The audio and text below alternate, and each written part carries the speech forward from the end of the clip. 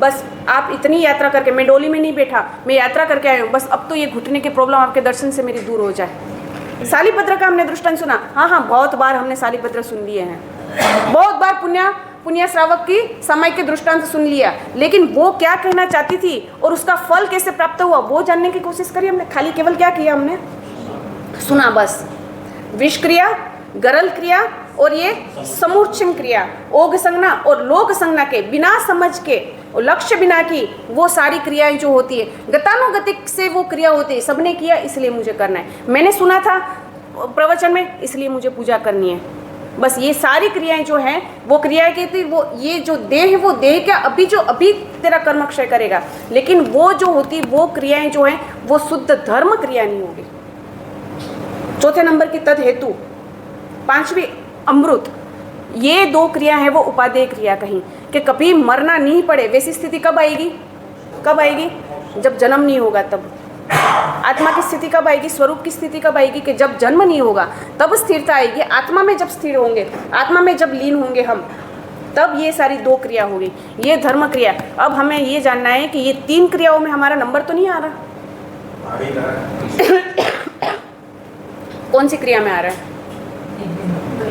इंद्रियजन्य के आनंद हमने बहुत अनुभव किए, इंद्रिय से मिलने वाले, पर पुद्गल के सहयोग से मिले हुए आनंद हमने बहुत किए। ऐसी हमारी धर्म क्रिया कौन सी हुई कि जो वो धर्म क्रिया करने से मुझे आत्मा का आनंद मिला, तो मान लेना कि ये तीन क्रियाओं में मेरा नंबर नहीं लग रहा है। तब नाचना कि आदिनाथ भगवान के दरबार में हम खड़े हुए हैं, सामने आदिनाथ परमात्मा है, सामने गिरनार के निमिनाथ परमात्मा खड़े, उनके सामने हम खड़े हुए हैं और हमने ये करा, बस आप इतनी यात्रा करके, मैं डोली में नहीं बैठा, मैं यात्रा करके आया हूँ, बस अब तो ये घुटने की प्रॉब्लम आपके दर्शन से मेरी दूर हो जाए,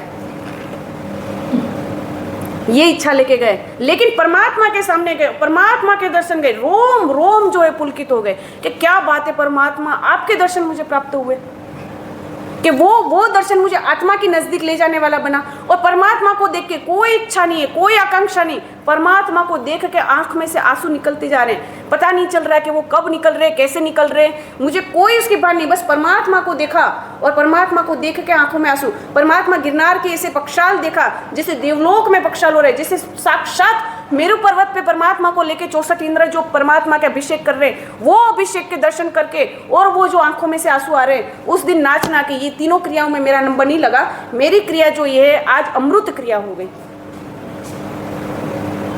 कठिन है लेकिन सतत अभ्यास करने से अगर ये सारी आकांक्षाएं, इच्छाएं जब खत्म हो जाएगी ना, वो अमृत क्रिया प्राप्त होगी और वो शुद्ध परिणति होगी ना, वो आत्मा में उत्पन्न होगी कि केवल मेरी आत्मा की शुद्धि होनी चाहिए, कि आत्मा में मुझे स्थिरता प्राप्त करनी, इसीलिए मैं आराधना कर रहा हूँ, मैं प्रतिक्रमण कर रहा हूँ कि मुझे संसार में मैं हूँ और मेरे को ये सारी पाप क्रियाएं करनी पड़ रही है, इसलिए मैंने पाप क्रियाएं करी। लेकिन ये प्रतिक्रमण करके जितने अत्याचार लगे, उससे दिल से, मन वचन काया से मैं माफ़ी मांग रहा हूँ, परमात्मा कहीं मैं नहीं छूटूंगा, कहीं नहीं मैं जाऊंगा, अगर तिरेन चोनी में मैं भटक गया, कहीं से भी मेरा उद्धार नहीं होगा। फिर भले ही आप कितनी ही प्रवचन दे रहे होगे, यहाँ पे चिपकली बन के ये दीवार में मैं पड़ा हुआ होऊंगा, यहाँ पे प्रवचन चल रहे होंगे, लेकिन मेरे में समझ शक्ति वो नहीं होगी कि परमात्मा के वचन मेरे दिमाग में घुसे।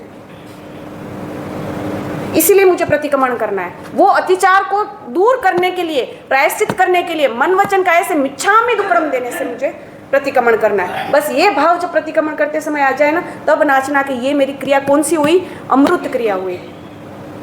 इसीलिए आनंदगंज जी महाराज ने कहा, मन साध्यु तेने सगड़ू साध्यु, ते बात नहीं खोटी, तो मन जिसने साध लिया ना, उसने सब कुछ साध लिया। मन एवं मनुष्याणाम कर्म बंध मोक्षयोः कारणम, कि कर्म की मुक्ति और कर्म का जो होता है वो बंधन, वो कौन करता है, वो केवल और केवल मन के कारण होता है। प्रसन्न चंद्र राजर्षि केवल और केवल मन के कारण जो है वो उनका पतन हुआ था और मन के कारण ही उनका उद्धार हुआ था।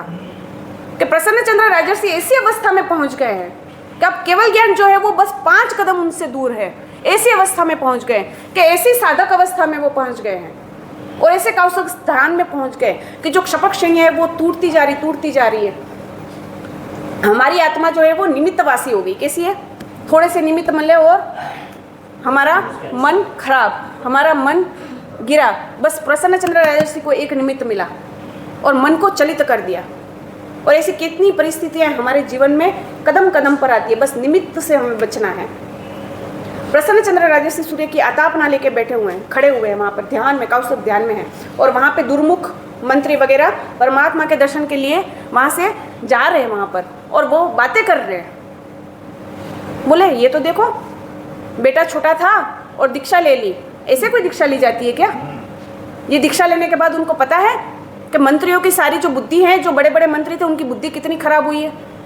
और राजा के यहाँ पे जन्म होने के बाद भी उनके बेटे की कोई सार संभाल लेने वाला है नहीं, वहाँ पे कोई देखने वाला नहीं है। पूरा राज्य जो है वो मंत्री अपने नाम कर लिया है उन्होंने, पूरी संपत्ति जो थी वो मंत्री ने अपने नाम कर ली है।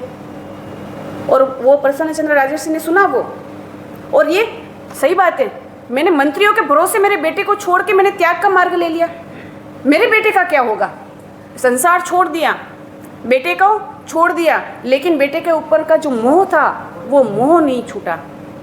वस्तु का त्याग, वस्तु छोड़ना वो त्याग, और वैराग्य का नाम क्या? उसके ऊपर का मोह का त्याग करना। वस्तु को छोड़ना उसका नाम त्याग, लेकिन वस्तु के ऊपर की ममता छोड़ना उसका नाम वैराग्य। इसीलिए केवल त्याग की कोई कीमत नहीं, कोई वैल्यू नहीं है बिना वैराग्य की। कि हृदय में जो ममता भाव है, जो आसक्ति भाव है ना, वो छूटनी चाहिए, उसके बाद आप त्याग करो, वो त्याग की महत्ता है। इसलिए कल बोला ना, एकाशना किया, वो त्याग की महत्ता कब है? 3 टाइम हम खा रहे थे, 2 टाइम हमने छोड़ दिया ना, दो टाइम का हमने त्याग किया, लेकिन 1 टाइम में भी हमने अगर आसक्ति नहीं छूटी तो वो तप धर्म नहीं कहलाएगा। अभी मैं जाऊंगा वहां पे मंत्री के पास और तुरंत वहां पे उनको इतना बोलूंगा कि क्या बात है, इतने बेटे को से नहीं संभाल पाए, आपके भरोसे में पूरा राज्य छोड़ के आया और वो आपने इतना संभाल नहीं पाया और पूरी संपत्ति अपने नाम कर ली, और आप लोगों ने क्या किया? ये आपके विश्वास के भरोसे में गया था मैं त्याग के मार्ग पर, और बस, और मन की भूमिका में जो तो वो विचार चढ़ गए। अगर शत्रु राजा आ गए, शत्रु राजा ने चढ़ाई करी तो मैं होता तो ये युद्ध करता, मैं होता तो वैसे करता, और अंदर मन में मारो कपो हो गया। और एक क्षण में ट्रेन में जाते हैं तो मुंबई पहुंचते हुए समय लगेगा, मन को कितना समय लगता है? सेकंड में मुंबई जाना हो तो कितना समय लगेगा? कितना दौड़ता है अपना मन, पता है? कभी सोचा है कि कितना दौड़ता है? मुझे ये लग रहा है कि अपन व्याख्यान में बैठे हो, कितने टाइम टू टाइम व्यक्ति जो आगे 8-10 व्यक्ति जो आते हैं वो मेरे आने से पहले आ जाते हैं, और कितने आराम से यहाँ पर बैठे। लेकिन पता है कि कितने लोग यहाँ पर बैठे हैं? कितने बैठे हैं? मन है, वो मन को हमें जो है वो मन को हमें काबू में रखना है, और हर एक क्रिया करते समय हमें देखना है कि कौन सी क्रिया में हमारा नंबर लग रहा है। आज मैंने पूजा करी, आज मैंने प्रतिक्रमण किया, आज मैंने एकाशना किया, आज मैंने उपवास किया, तो कहीं कोई ऐसी आकांक्षा और इच्छा से और संकल्प करके वैसे तो नहीं किया मैंने। परमात्मा की पूजा करी तो परमात्मा के भाव से, कि ऐसे तो नहीं कि चलो धक्का मार के, वो मम्मी भेजती थी छोटे थे तब, अब एक आदत हो गई है, अब पूजा करनी है तो बस इसलिए मैं पूजा कर रहे हैं। कौन सी क्रिया में हमारा नंबर लग रहा है वो सोचना।